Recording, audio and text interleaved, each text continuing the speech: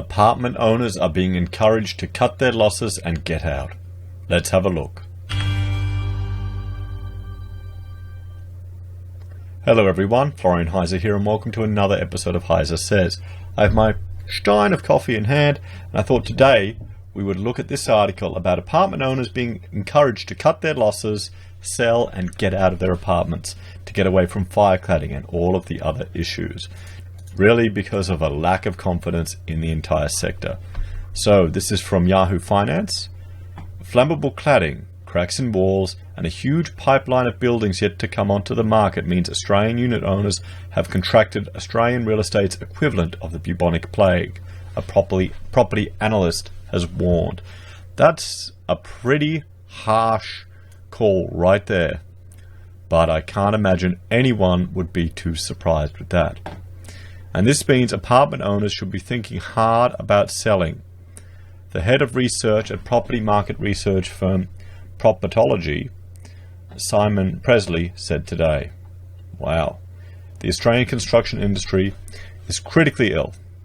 And if you're the owner of an apartment with a medium to high density building that was constructed within the past 20 years, you've contracted Australian real estate's equivalent of the bubonic plague. Presley said. 20 years? Yeah, maybe. Yeah, probably. I'm just thinking of all of the apartments that we've seen in Sydney that have these issues. The apartments in Brisbane, the apartments in Melbourne, all the fire cladding issues. There's no vaccine for this horrible disease, and the best treatment is most likely to sell sooner rather than later. Well, you wouldn't want to be in the situation where the Mascot Towers occupants are, where they're now stuck with $10 million for stage 1 of rectification works, repair works. And if people can't get finance, what's going to happen? Is the body corporate going to have to get commercial rates? That's going to be a lot tougher than paying what you're paying on the mortgage.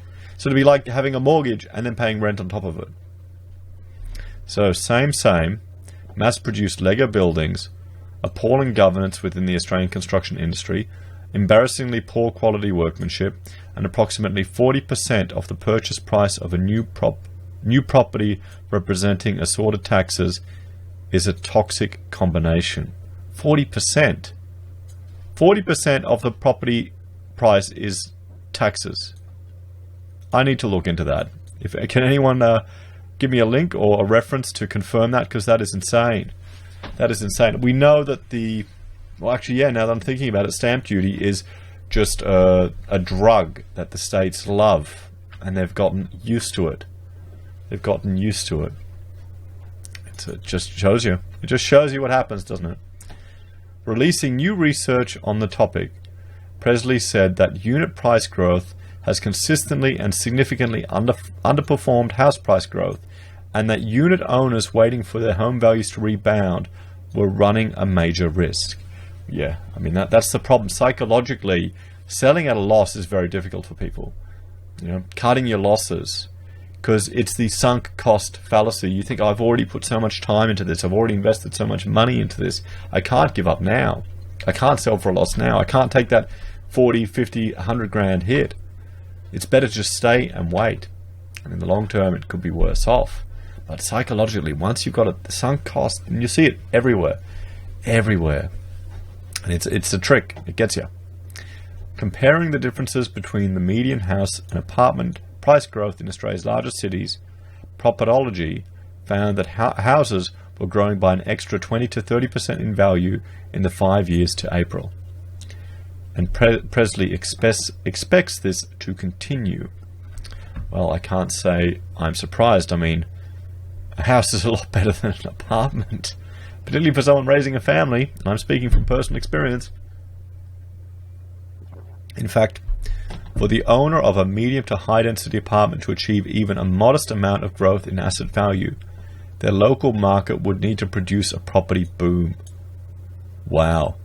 And such a possibility currently seems many years off for most Australian capital cities. So just to get a modest amount of growth in the value of your asset, you need a property boom. What does that tell you? What does that tell you? When you compare the returns that people get on these apartments, after you pay your interest, you pay your rates, you pay your strata, you pay your water, and then if you rent it out, then there's the well-publicized design flaws. I wouldn't just call them design flaws, but still, which have seen several unit blocks in Sydney evacuated since late 2018. Well, I'd say well-publicized construction and design flaws. Don't just blame the designers. We all work together and stuff up, Similarly, in Victoria, homeowners are grappling with the question of who will pay to have dangerous flammable cladding replaced. Well, yes, and in Sydney as well. We're seeing it in Sydney. It's not just Victoria, and it's all throughout the country. The absence of good hygiene within the construction sector, that is, prudent quality control over the past 2 decades, has resulted in a deplorable quality of workmanship, primarily within Australia's mass-produced dwellings in our biggest cities, Presley said.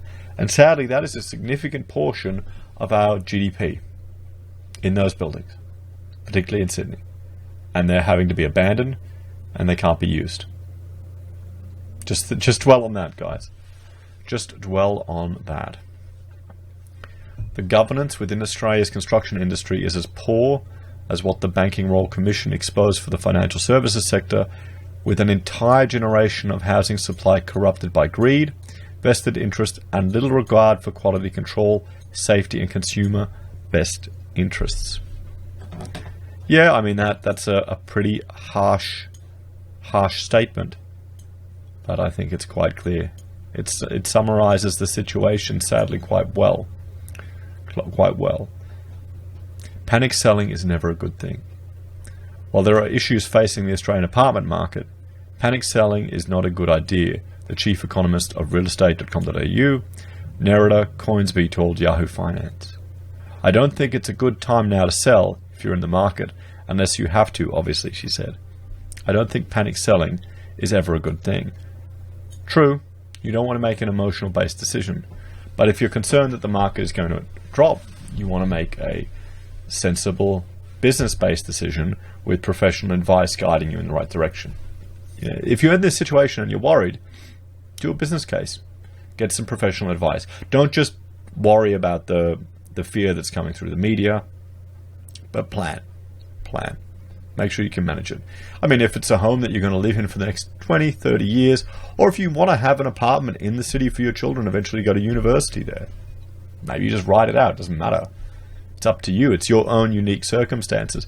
But if it's an investment and you're struggling to make the repayments, and if it drops below, your loan value ratio goes off the cliff, you're kind of in trouble, then, you need to look at your situation. You need to not be afraid to be aware and understand of the sunk cost fallacy. Okay? So, not financial advice, get your own professional advice. Rather, for apartment owners, understanding the situation is the best first step. That means finding out if the building is sound, if there are concerns, and if you need to speak to the developer. Well, what is positive is that some developers now are really starting to respond to what has happened. I think the theme is that if you have bought an apartment from a variable quality developer and you're worried, now's a good time to just speak to your developer and find out what their response is to what's happened. I assume that she's putting that forward to people who are buying it from people off the plan. Because honestly, any sensible developer who's building right now should be extremely vigilant. Have a look at my proposal for dual certification as one way that the market can respond. I'm going to write the time. Put the time down here, 9:10, to timestamp it in the card above. So, as she continued, many developers will have a response plan, even if they haven't been affected by mass building evacuations.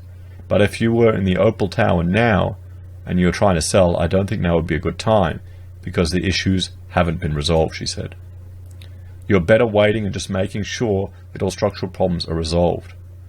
Residents of the troubled Opal Tower turned to legal action in late July, launching a class action against the New South Wales government for compensation, as a government body owns the land on which Opal Tower was built. Yeah, that's kind of a lucky break. That's not a unique opportunity for everyone to take. So guys, what do you think? What do you think?